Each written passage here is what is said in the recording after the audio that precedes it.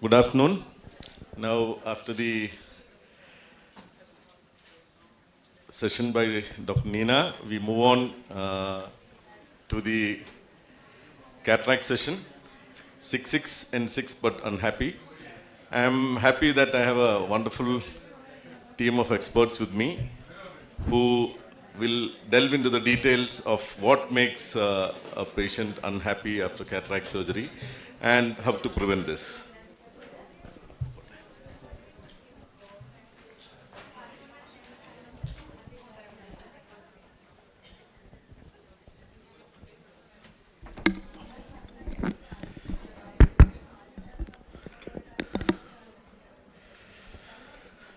So, what we are going to talk about, all of us would have faced this situation where the patient is 6 by 6 N6, unaided or aided, but still unhappy. So this is not purely restricted to multifocal IOLs or aspheric IOLs, but even the other IOLs which give subnormal happiness to the patient. So why does this happen?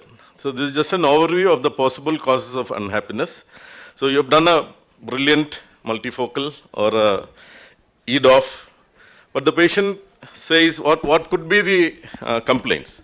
One thing is, he says he cannot see properly.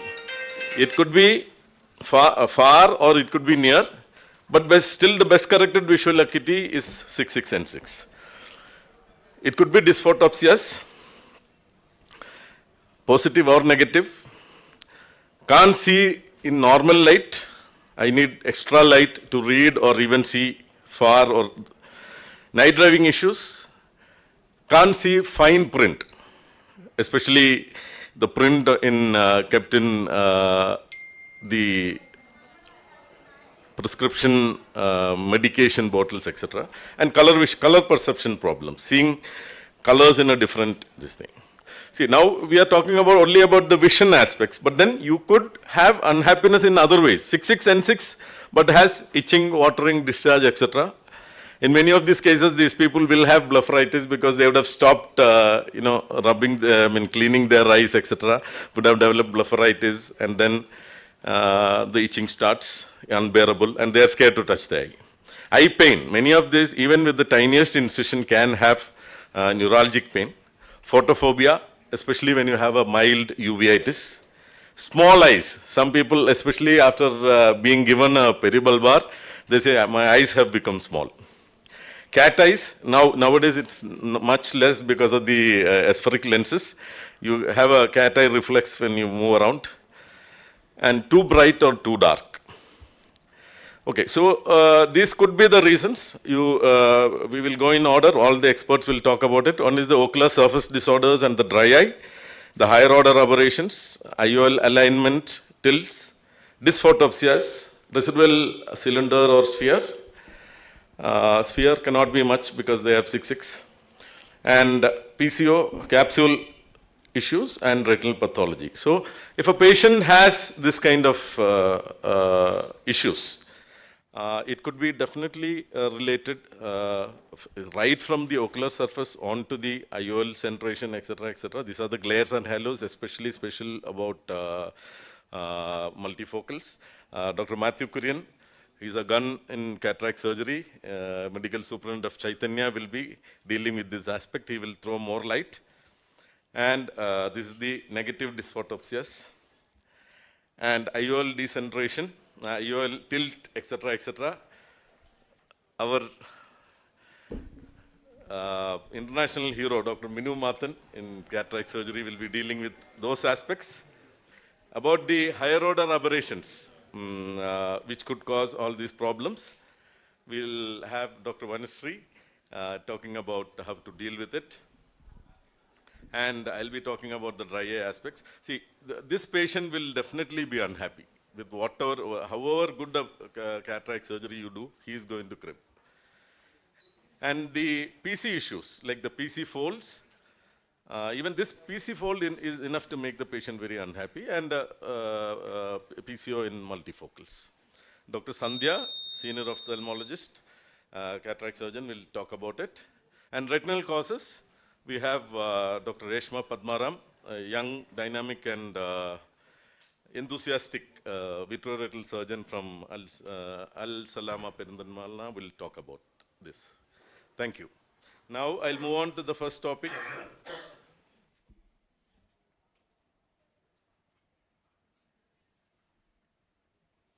So the role of dry eye and ocular surface disorder cannot be overemphasized, especially in an unhappy patient post-cataract surgery. So we tend to forget that other than the IOL and the cornea, there is another very important layer, that is the tear film, which can cause a lot of visual issues like the photic phenomena, the glare and flare, irritation, etc., etc. So unless you have a very good tear film, you will not get good results from any premium IOL implant. So prevention is always better than cure. And see, all these can be caused by ocular surface disease also. See, like I told this patient, there is no reason a patient should have SPKs, post-cataract surgery, without having a dry eye or induced dry eye due to medications. So basically, just an overview into dry eye, it's a disruption of the homeostasis, tear film osmolarity, hyperosmolarity, and worsening of the eye disease. So the homeostasis of the ocular surface is lost. So it could be lipid deficiency, aqueous deficiency, and mucin deficiency. Mucin deficiency does not usually come unless it's a patient who is post-SJS or something like that. But aqueous deficiency and, more importantly, lipid deficiency happens. So what happens? The non-polar lipid layer, which is covering the aqueous layer, breaks up. There is osmoconcentration, and that can cause damage to the ocular surface, and this is the crenulated ocular surface. So we assure our patients that we will have a painless, irritation-less, minimal rest, minimal discomfort, minimally invasive cataract surgery, and when the patient is unhappy, we really do not know what to do. So preoperatively, you have to look at whether the patient has got a dry eye. If it is a non-case, you treat the patient, continue treatment, or if it is freshly detected, you initiate treatment and see how long you can wait before the cataract surgery. Post-cataract surgery, surgery induces dry eye. The neural disruption again can disrupt the afferent pathway and cause a dry eye, and it can be a worsening of the pre-existing dry eye, or it could be medication induced. So along with that, there is already inflammation in the eye when you have a dry eye. That has to be taken care of. You have to decrease the bacterial load and poor wettability of the ocular surface. So rule out dry eye, assess the severity of the disease. If necessary, start, stabilize, and then operate. Make sure inflammation, bacterial, all that is acceptable before the surgery itself. Post-operatively, try to use as much of preservative-free drugs as possible. Minimize the damage due to the surgical wounds, and make sure the patient has proper lid hygiene after cataract surgery. And during the visits, post-cataract surgery, watch out for dry eye, ensure adequate lubrication, and if necessary, stop the NSAIDs if you are using so, and titrate the use of medications. So this comes to the preventive aspects. Before itself, you look at the lid, always look at the lid, look for blepharitis, always touch the eyelid, and look for expressibility of the mebum, and look at the tear meniscus, the tear debris, etc. And T-BUT will be one of the most important tests you can do on an OPD basis. Before you do any other test, you should do this. It should be without anesthesia, without touching the eye for any other this thing, and 3 checks. And if you think below, if it is 5 or below, then that means he has got a dry eye and he needs investigation. So this should happen before you touch the eye for any scan or any other procedure. So you can also use non-invasive tear breakup time using video keratoscopy, etc.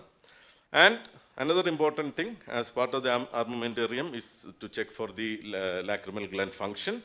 You can use the Schirmer strip, and but it is the reproducibility is less. So you can, if you can go for the cotton thread phenol red test, where you do not need to anesthetize the cornea, and there is no reflex tearing here. Here again, anything less than 10 can be considered as a dry eye. You do it exactly like you do the Shermer, but without this thing.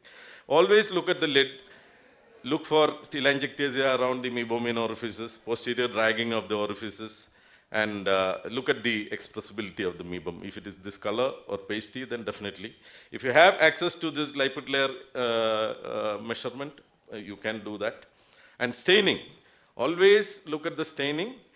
If cornea is staining, that means you have to investigate and treat it before you take it for surgery. And management of MGD, okay, obviously you cannot do it immediately after surgery. You may not be able to do the hot compress, etc., etc. But you can use omega-3 fatty acids. So that will definitely improve the quality of the meibum and the synthesis of the meibum. And always we have to start the patient on lubricants. You can use anything from cellulose esters to povidone, but nowadays hyaluronic acid has this anti-Newtonian properties, which just means that it will stick on to the epithelium which is unhealthy. And adding carbomers also will help in that.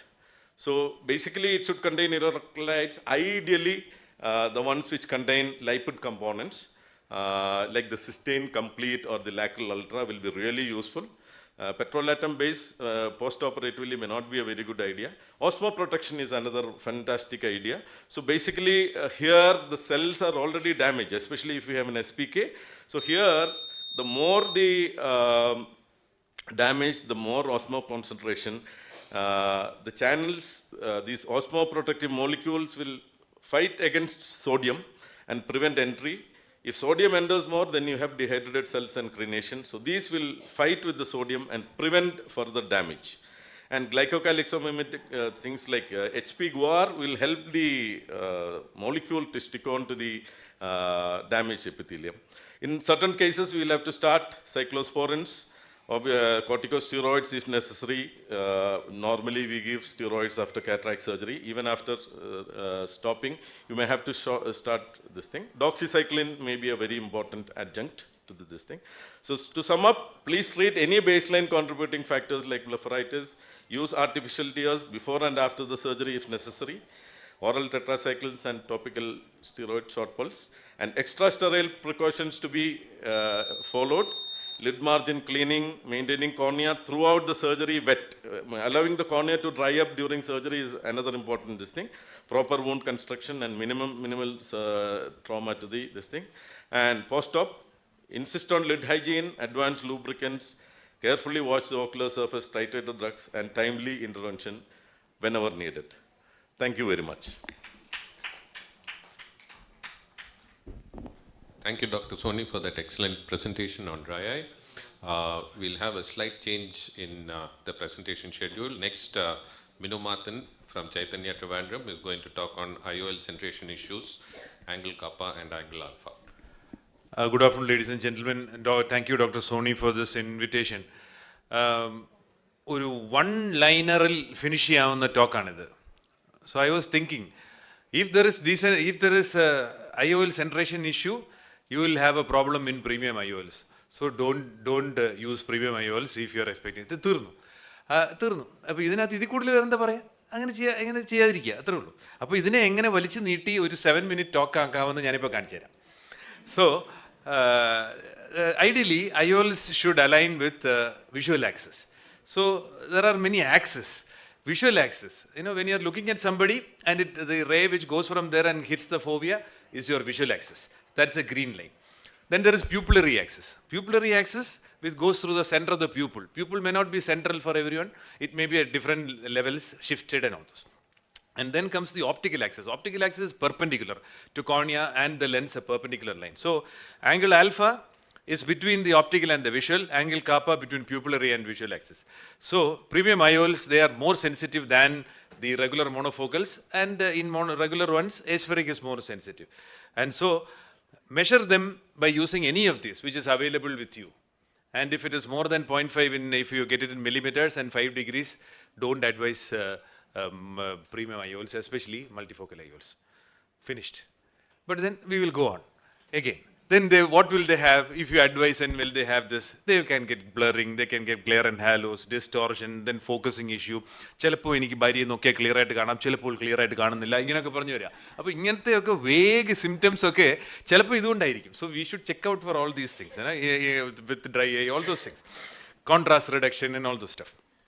So then again, anatomically there can be some problems, loose zonules, loose capsular bag not being circular all the time. It's like that. Sometimes if you place a lens into the bag, in some position it will be little decentered, in some position it will be centered. So that kind of things are there. But if you know that preoperatively, avoid those kind of people. And then capsular access, if you do it very large, I don't suggest, there can be changes in centration. If your rexus is not centered, then some part of the eye will be covered by the rexus margin, some part will not be. Then there can be decentration. And discontinuous rexus, there is so many times there may be decentrations if you place it, if the rexus is not complete. And then in PCR, you will somehow place a lens, but we can't be sure that it will exactly remain there. There can be changes in location. So I would, and then trauma. Later on, rubbing too hard and all those things, and injury and all those things can cause a decentration. All these decentrations will cause these kind of problems. Later on, capsular bag contraction. See, people who are having pseudo exfoliation, who have RP, and all those people who have loose bags, they can all go in for this contracture, and because of the less counter traction from the zonules, and then also they can end up with this. Maybe initial period you will be okay. Later on they will come and tell you that I am not seeing clearly, and then you can blame for something. നല്ലൊരു അമ്മയ്ക്ക് തിരുമ്മി എത്ര പ്രാവശ്യം തിരുമ്മി എന്ന് ചോദിച്ചാൽ അത് ശരിയാണ്, ഞാൻ കുറച്ച് പ്രാവശ്യമൊക്കെ തിരുമ്മി എന്നൊക്കെ പറഞ്ഞു കഴിഞ്ഞാൽ അപ്പോൾ പിന്നെ തിരുമ്മലിലേക്ക് we can attribute that. അങ്ങനെയൊക്കെ ചെയ്യാം. But then still know that these are things which can later create problems. Avoid. So video കാണിക്കാതെ എങ്ങനെ പ്രസന്റ് ചെയ്യാൻ പറ്റും? ഇതിന് എന്ത് വീഡിയോ കാണിക്കാതെ ഞാൻ പറ്റും ഞാൻ ആലോചിച്ചുകൊണ്ടിരിക്കുകയാണ്. Again, see, look at this. So this is the centration which you should get. So the P1 and P4, you can see P4, P1, P2 together, P4. They should be in the central ring, and if that is so, when patient is looking at the light, then you are well centered. So the second thing is, sometimes even if the patient looks at the center, there will be slight this one, but the lens looks very centered. So this lens is well centered inside the bag. Can anybody place a lens here in the bag without and position lens in a separate way and think that it will remain there? It will not. Bag is bag, lens is there, and it has gone to the equator and it is sitting there and it will sit there in the bag. That's all. If you nudge it a little bit, കുറച്ച് നേരത്തേക്ക് അത് അങ്ങനെ ഇരിക്കും, കുറച്ച് കഴിയുമ്പോൾ പഴയ പോലെ തിരിച്ചു വരും. അപ്പോൾ നമ്മൾ വിചാരിക്കും നമ്മളിപ്പോൾ സെൻറ്റർ ചെയ്തു അവിടെ ഇരുന്നോളും. അതൊക്കെ തെറ്റായ ധാരണയാണ്. It will come back to its normal position. I don't think it will stay in your nudged position also. So it will go into the bag, sit where it's supposed to be. So pre-op you calculate. If it is more, if you don't want to place, don't place. Otherwise you can tell something to patient and get away with it. So again, very, very, very old lens, multifocal lens. It has got separated from both the haptics and decentered. Appo decenter aaya, what will you do? So we will go to techniques. We have to deal with these patients. No? See, this kind of scissors sometimes don't work. This is silicone IOL.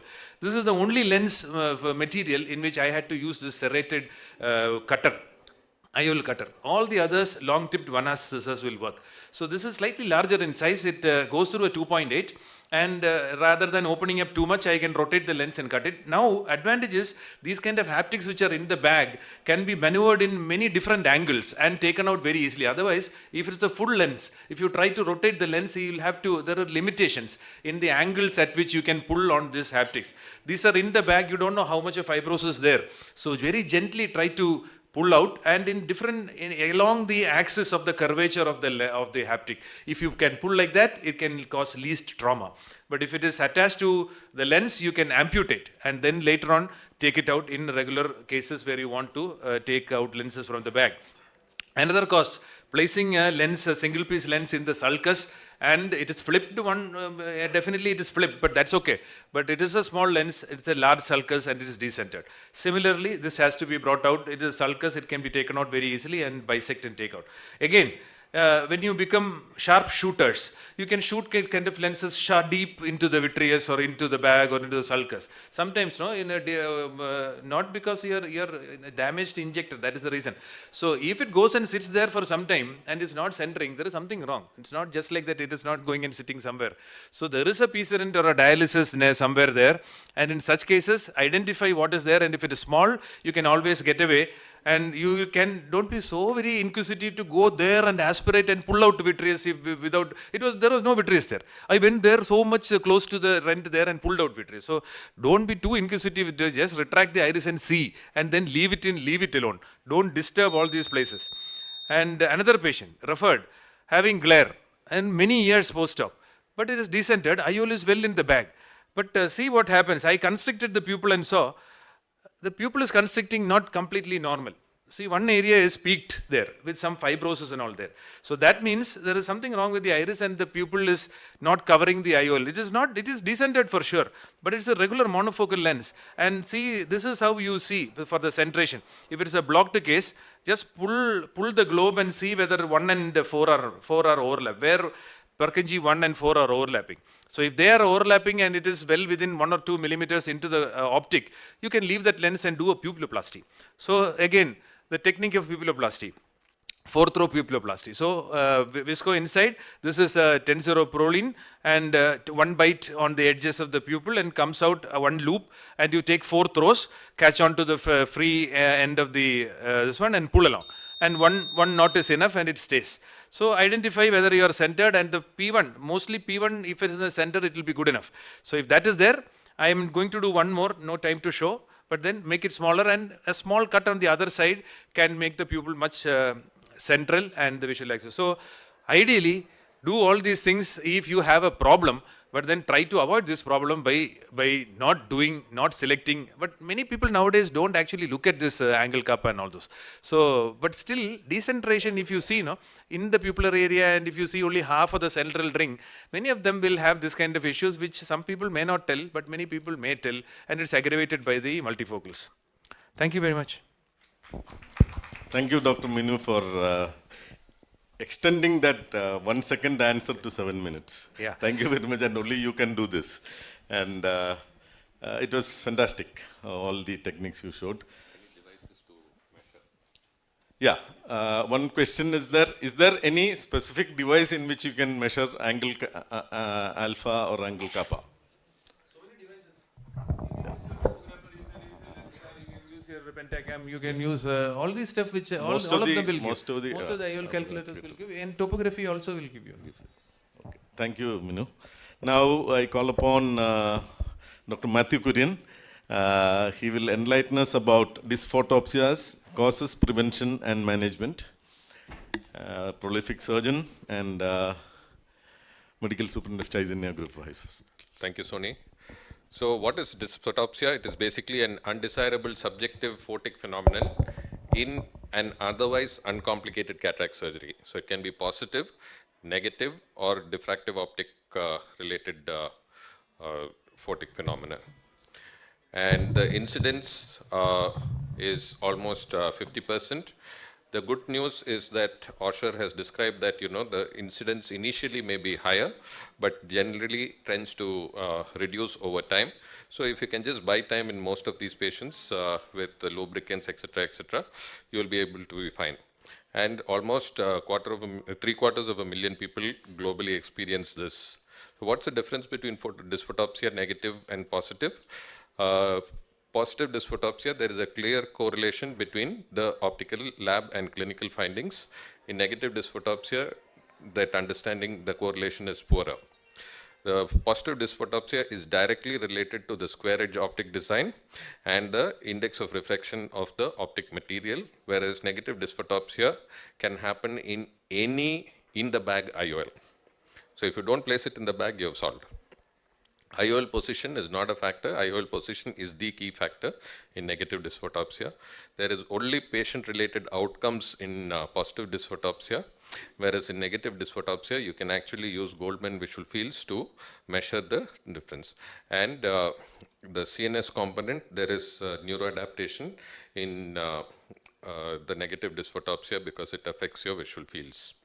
So for dysphotopsia related to premium IOLs, there is an advisory committee which includes members from the American Academy of Ophthalmology, the FDA, the RAND Corporation, and the University of California.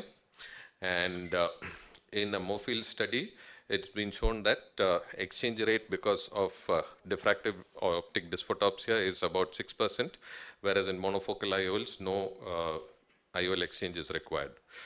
In the JCRS more recent article, 64 eyes of 46 patients required IOL exchange, and this is in a period from 2007 to 2020, and 83% had diffractive optic dysphotopsia, reduced quality of vision in about 80%, and 20% had night vision difficulties.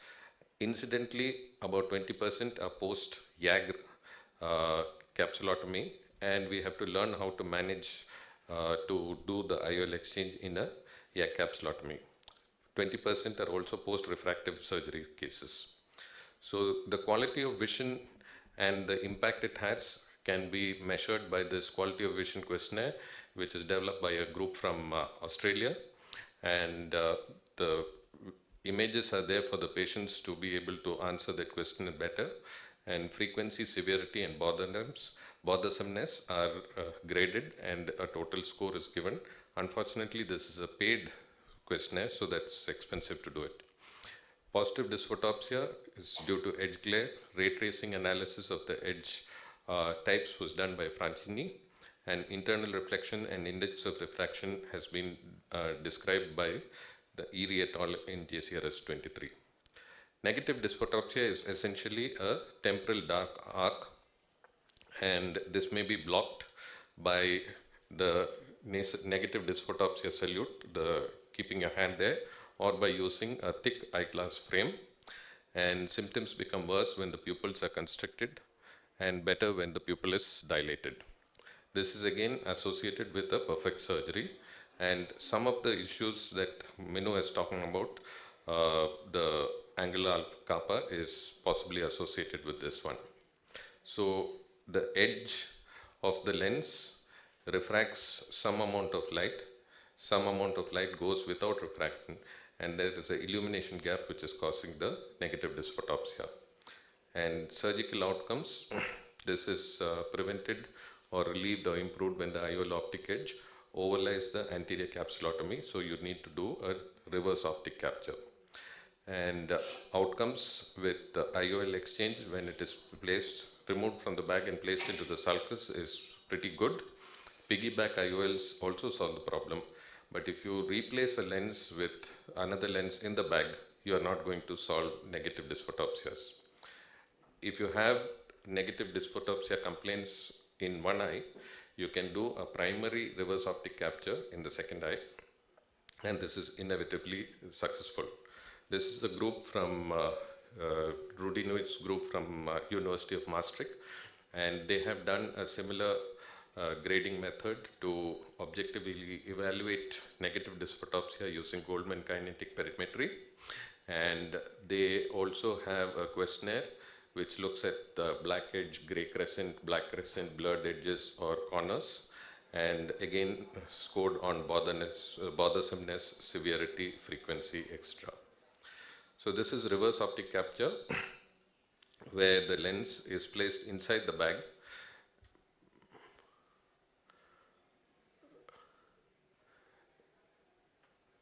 And it is much easier to perform optic capture, either conventional or reverse, when it is a multi-piece IOL. It's much more difficult to do this when it is a single-piece IOL, because it will usually not get maintained in that position.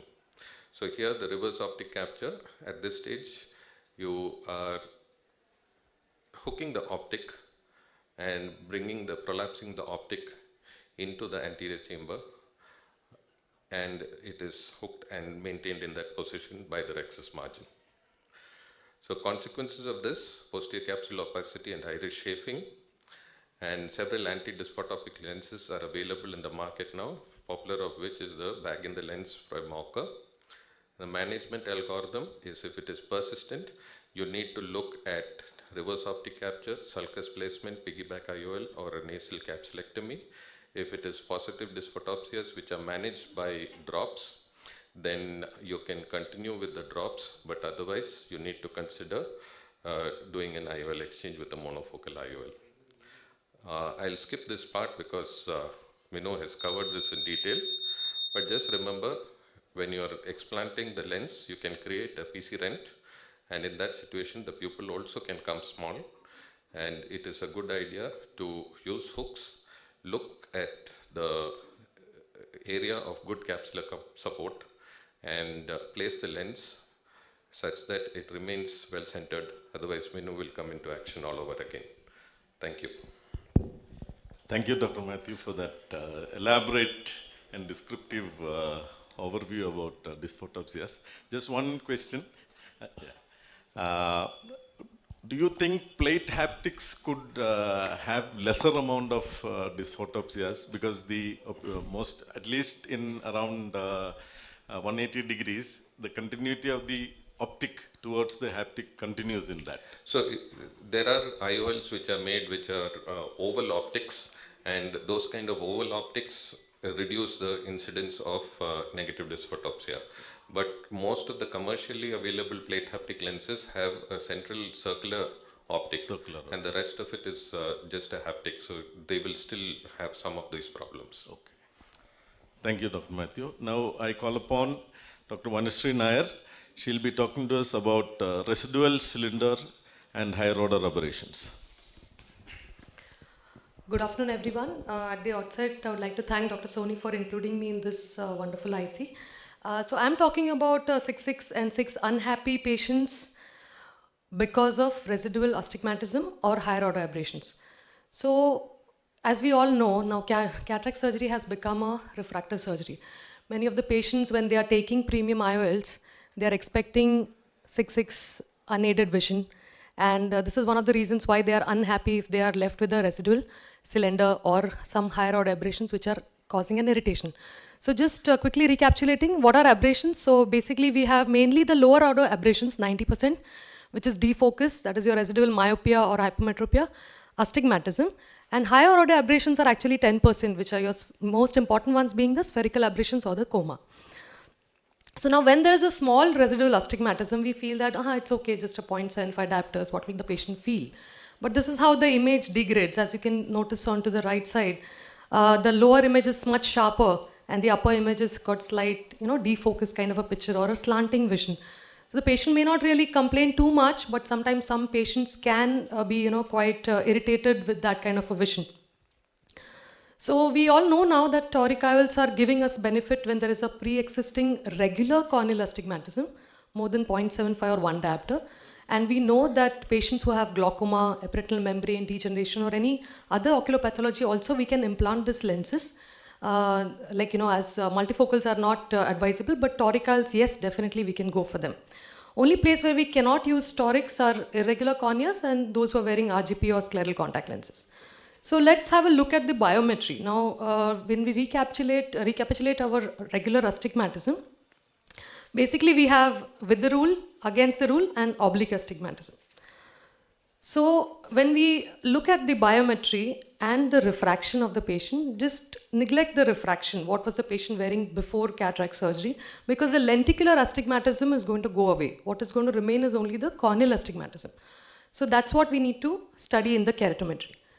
Important point to remember is the with the rule and against the rule astigmatism. With the rule is where the vertical axis is your, the steeper axis, and against the rule is where the horizontal axis is your steeper axis. And in our old patients, it is the against the rule astigmatism which comes more into play. One more important aspect is the posterior corneal astigmatism. Now, many of the older refractometers are not taking into consideration the posterior corneal astigmatism, or there is a correction factor which is applied. The newer machines will, like IOL Master, they actually calculate the PCA, but LensStar will compensate for the PCA.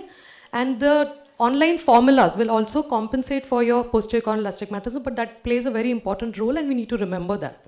So coming to this example, here you can say this is a biometry printout from the LensStar. Here if you see that it is a clear cut, we can see the astigmatism where the arrow is, that it is almost 2.5 diopters. So we know that, okay, this is clear cut and we need to put a toric IOL for this patient.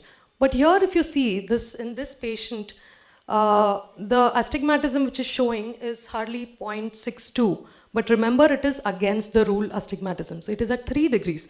So 0.62 is not the real astigmatism. We need to add 0.3 to the value of the cylinder. And actually the cylinder value which is there for the patient is 1 diopter. That's why the printout is telling us to use a T3 toric IOL, which becomes significant for the patient.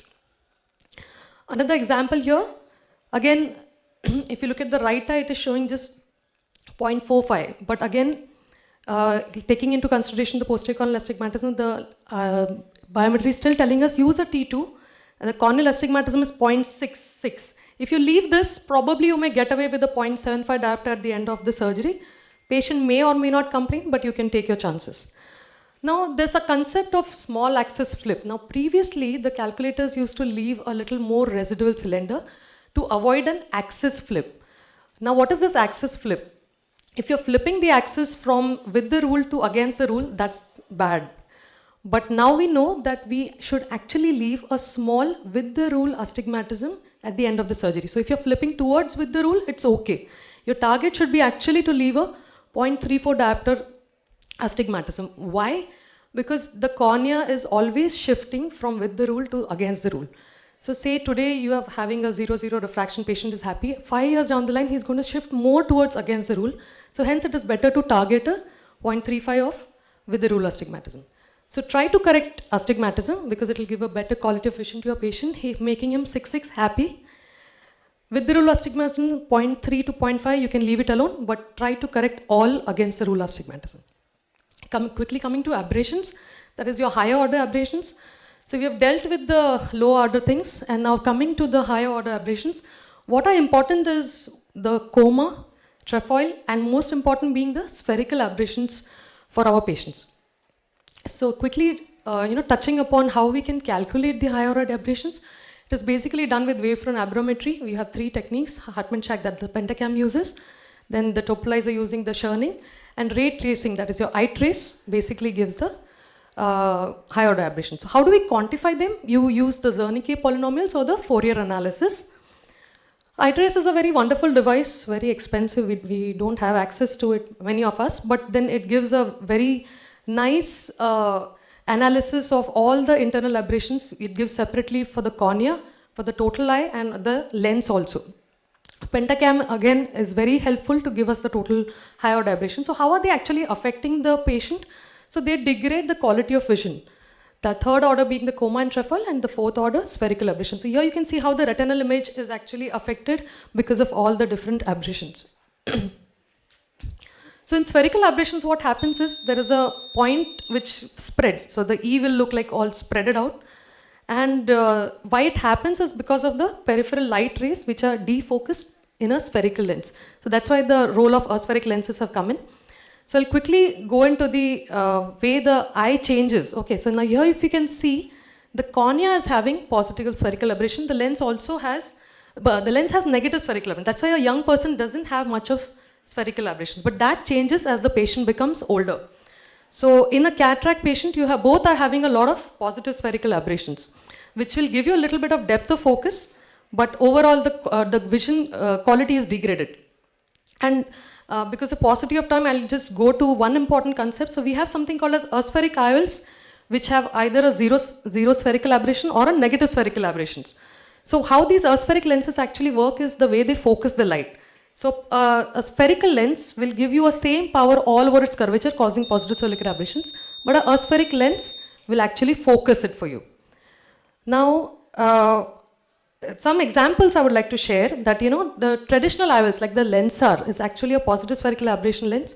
Our usual modern lenses, that is Acrosoft IQ, Technis, Vivinex, these are all negative spherical aberration lenses. So what they do actually is they'll counteract for the corneal positive spherical aberration, giving us zero spherical aberration to us. And zero spherical aberration is Envista. So just few seconds I'll take. So what is important to remember is, in hyperopic LASIK or myopic LASIK, there's a lot of change in the spherical aberration that is happening. So in hyperopic LASIK, cornea is hyperprolate. That is, the Q has become negative. There's negative spherical aberration. So you use the standard IOL. Whereas if it is a myopic LASIK, you use a negative aspheric IOL lens. Take home points quickly. First and foremost, target the lower order aberrations, correct your defocus and astigmatism, your 90% problem is solved. Then focus on the higher order aberrations. Most important being the spherical aberrations. So do tomography to find out your higher order aberrations. If they are more than 0.4, then you avoid the multifocal lenses. Otherwise, you can safely go for the negative spherical aberration lens. Thank you so much. Thank you, Dr. Vanisri, for that broad overview. So you would sum up saying that if you post myopic refractive surgery, you would go in for a negative aspheric lens and probably or a zero aberration lens, right? So in a post-myopic LASIK, there is a lot of positive spherical aberration induced on the cornea. So we want to counteract that. Hence our aspheric lenses which are having more negative spherical aberration like Technis or IQ are better in those cases. And a hyperopic LASIK actually has negative spherical. So you can go in with sensor. Okay. Thank you so much. So now I call upon Dr. Sandhya N, Senior Cataract Surgeon, Giridhara Institute, to talk about posterior capsule issues in patients who are 6'6" and 6 unhappy. Good afternoon. This 70-year-old gentleman underwent phaco with foldable intraocular lens implantation, and his visual acuity after cataract surgery was 6'6" and 6. But he complained of tailing of light and also linear glare while driving at night. So IOL was stable and anterior chamber was quiet, but dilated examination showed this linear capsular fold here, and this was producing this symptom, and this patient underwent YAG capsulotomy and he was symptom free. Now this patient had normal vision after cataract surgery, but he complained of glare and increased light sensitivity, especially at night. So he told he had the same symptoms before surgery, and it didn't, I could not remove it with the surgery. So he was not relieved. So this was, this early posterior capsule opacification was there, and this patient had, multifocal IOL was there. So this early PCO can produce glare and increase light sensitivity, and it can be more troublesome for patients with multifocal intraocular lens. And this patient had underwent uneventful phaco 1 year back and came with decreased vision. His visual acuity was 6/9 parts N8. And you can see this clouding within the pupillary area. And on slit examination, we could see this turbid, cloudy fluid behind the intraocular lens. And actually, if you see carefully, here you can see the residual lens epithelial cells that have proliferated. And this underwent metaplastic changes and then produced extracellular matrix, and that collected behind the IOL. So since the rexis was overlapping and it was stuck onto the optic of the IOL, this couldn't escape. So this ASOCT showed accumulation of this hyperreflective fluid behind the IOL, and it was causing distension of the posterior capsule. So this was capsular bag distension syndrome. And the capsulotomy was done to release this fluid into the vitreous, and afterwards that area became clear and visual acuity improved. So this patient had undergone cataract surgery, and before surgery he had a pinpoint pupil, and phaco was done with the help of iris hooks. During surgery there was significant pigment release, and after the surgery there was exaggeration of anterior chamber reaction. And about 2 years later, this patient came with decreased vision. So we couldn't see this tough membrane in the pupillary area. So that was almost adherent to the lens. So a nick was made with a Sinskey hook, and this was not coming with microrhexis forceps. So a microrhexis scissors was used to cut this membrane, and the visual axis was cleared. But this was done under a cover of oral steroids because the patient had increased reaction after surgery. So, but still, his visual acuity improved reasonably, but then he still had symptoms like scattering of light because pigments were deposited on the intraocular lens. And this patient had normal vision after surgery, but then his quality of vision was poor because of the vitreous in front of the lens. So how can we prevent this PCO and other related issues? So the rexis should overlap the IOL optic uniformly so that the optic is sequestrated from the inflammatory effects of the mediators within the anterior chamber. And then you should do a good hydrodissection to break all the capsulocortical adhesions, and also do a good do complete removal of the cortex. And then in the back placement and this square edge lenses will prevent migration of the lens epithelial cells from the equator to the posterior pole. And you can also polish the capsule to remove the residual cells which undergo this proliferation metaplasia and produce PCO and other related issues. Now coming to capsular phimosis, in this case there is excessive contraction and fibrosis of the anterior rexus margin, which can obstruct the visual axis or can produce secondary effect like IOL tilt, decentration, etc. Because of zonular laxity and weakness. So the lens cells, there is metaplasia and fibrosis of the lens epithelial cells, resulting in persistence contraction of the anterior capsular opening, and sometimes the opening can completely close also. So this is exaggerated by the imbalance between the centrifugal forces on the zonules and the centripetal forces that act on the capsulorhexis perimeter. So zonular weakness, pseudoexfoliation, high myopia are all risk factors for capsular phimosis. A large capsulorhexis and meticulous lens epithelial cleanup at the time of phaco can reduce its incidence. And if there is severe zonule weakness, you can do a can opener capsulotomy instead of capsulorhexis. Now this patient had pseudoexfoliation and also the pupil was not dilating well. So as you can see here during the rhexis, the entire lens was moving, and also the rhexis there was great difficulty in continuing. So during hydrodissection, as you can see here, the anterior rhexis margin was coming forward. That again is a sign of zonule weakness. You can see the folds on the posterior capsule, and there was the entire bag was shaking during the aspiration of the epinucleus. So these are all signs of severe zonule weakness. And in this patient, a CTR was placed and a lens was placed in the bag. Actually, ideally, a capsule tension segment also, we could have placed a capsule tension segment to stabilize this bag. Why I showed this case is because it is important to understand the signs of zonule weakness so that we can take necessary intraoperative precautions to prevent the occurrence of capsule phimosis and decentration.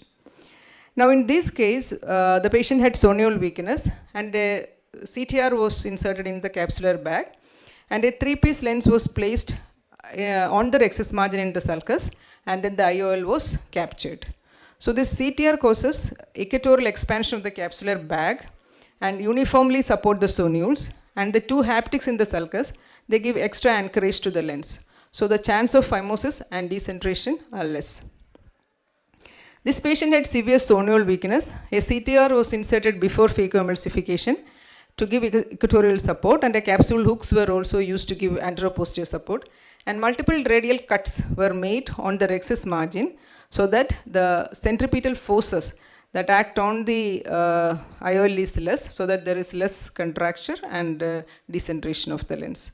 So something like a small can opener capsulotomy. So this patient had a mature intumescent lens, and rhexis was done in 2 stages. After IOL implantation, there was asymmetry on the rhexis, and this rhexis was secondarily enlarged so that there is some symmetry on the forces on the zonules and the capsule. So in this case, this video was given by Dr. John, and so posterior capsulotomy was done, and again multiple radial cuts, as you can see here.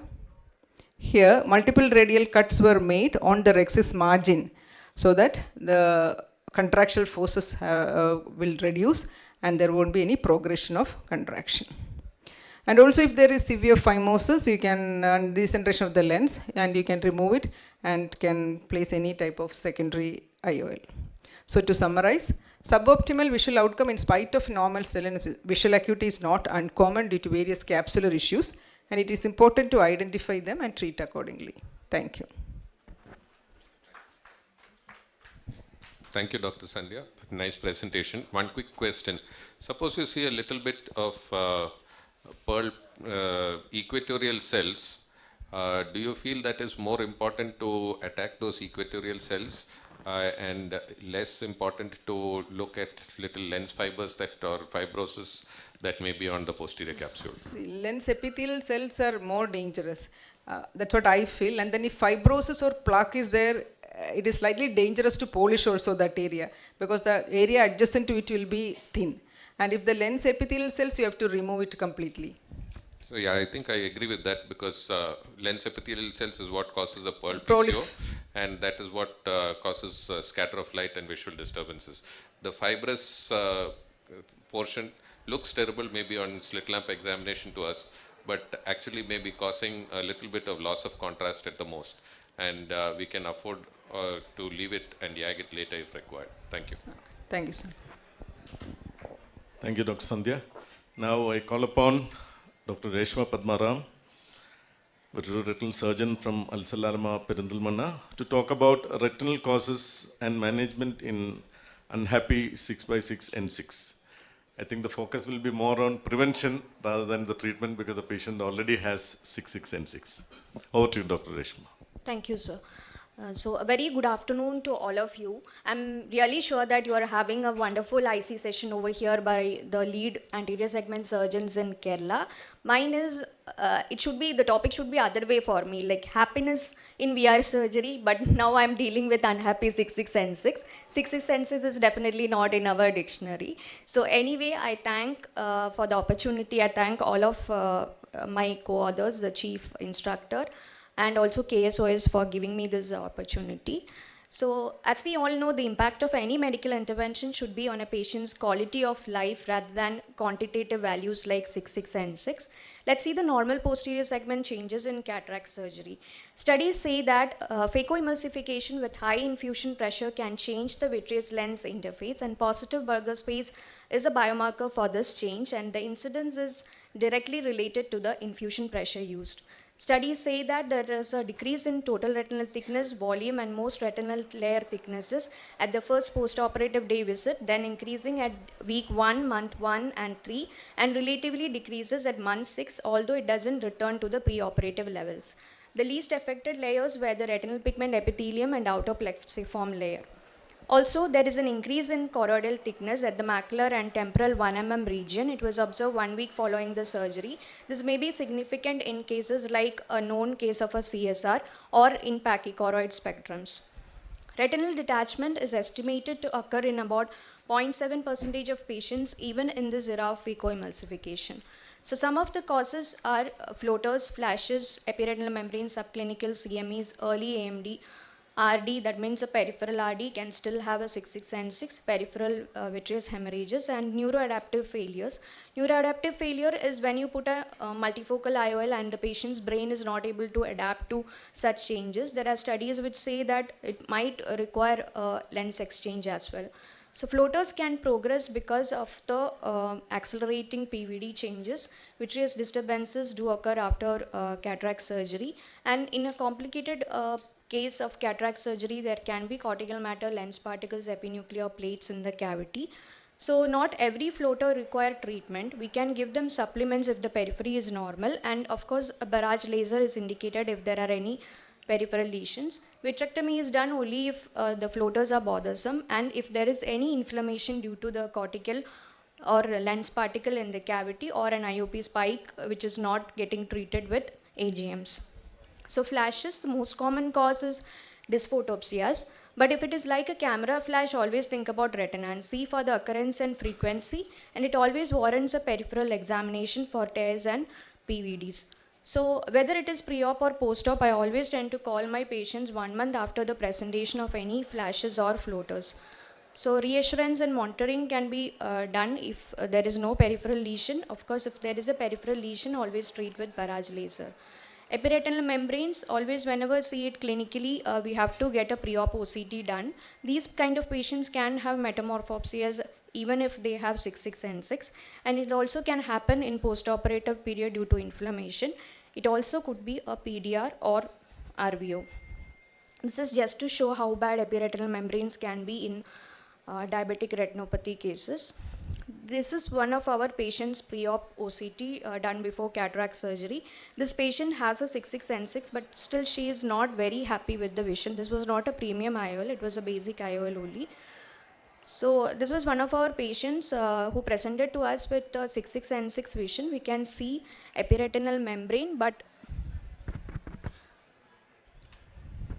somehow the patient did not turn up for a dilated examination and see this was what the periphery has to tell about. So this is just to show the importance of a peripheral examination.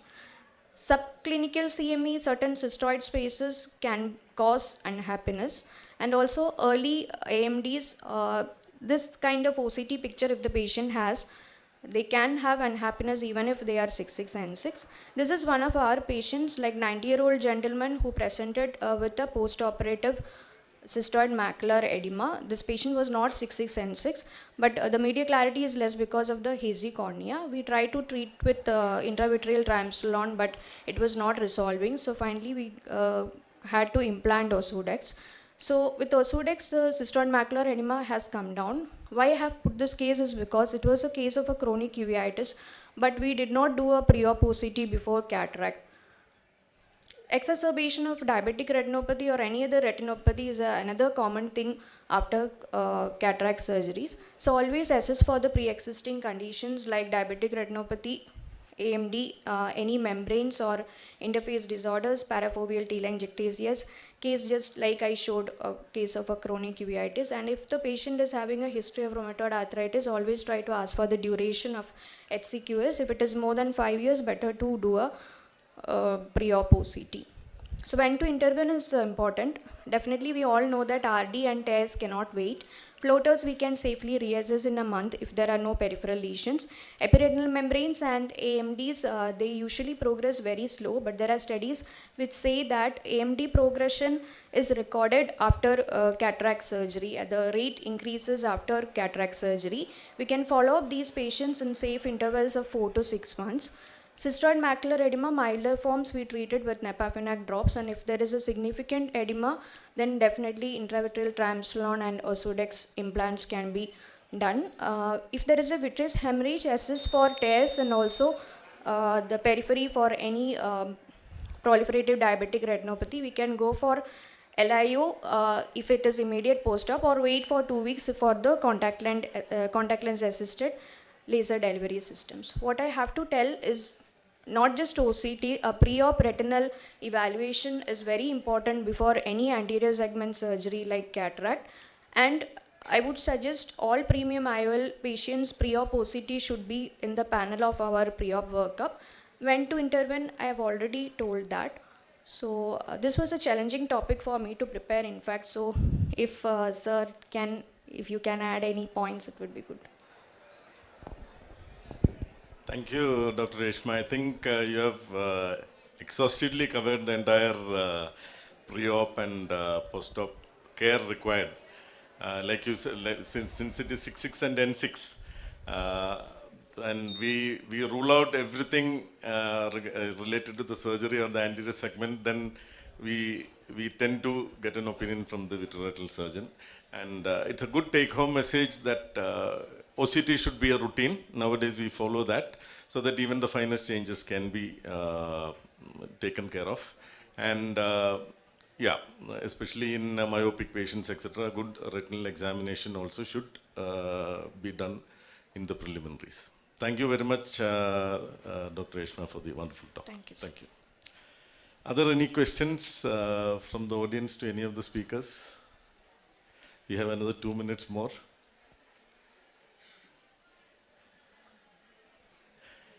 If there are no questions, with that we end this session, and I would like to place on record my sincere thanks to all the audience who have come and listened to this talk, and to my respected co-instructors who have thrown a lot of light into the subject. Thank you very much. And I thank the KSOS executive for giving, and the scientific committee for giving us this option. Thank you.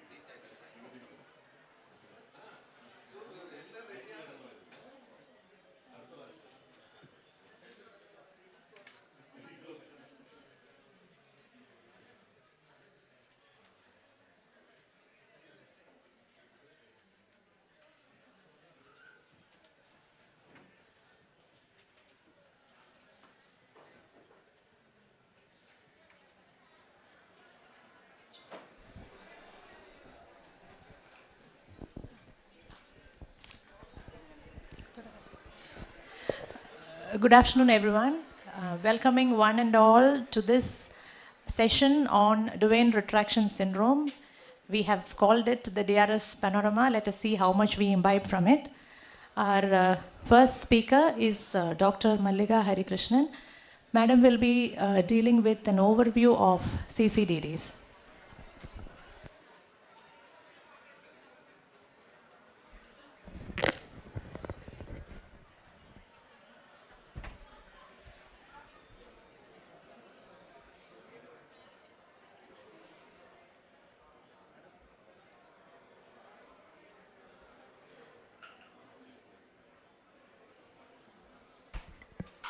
Good afternoon, one and all.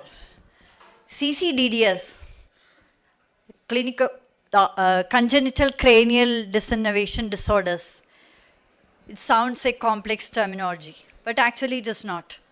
In the next few minutes, I will try to make it as simple as possible.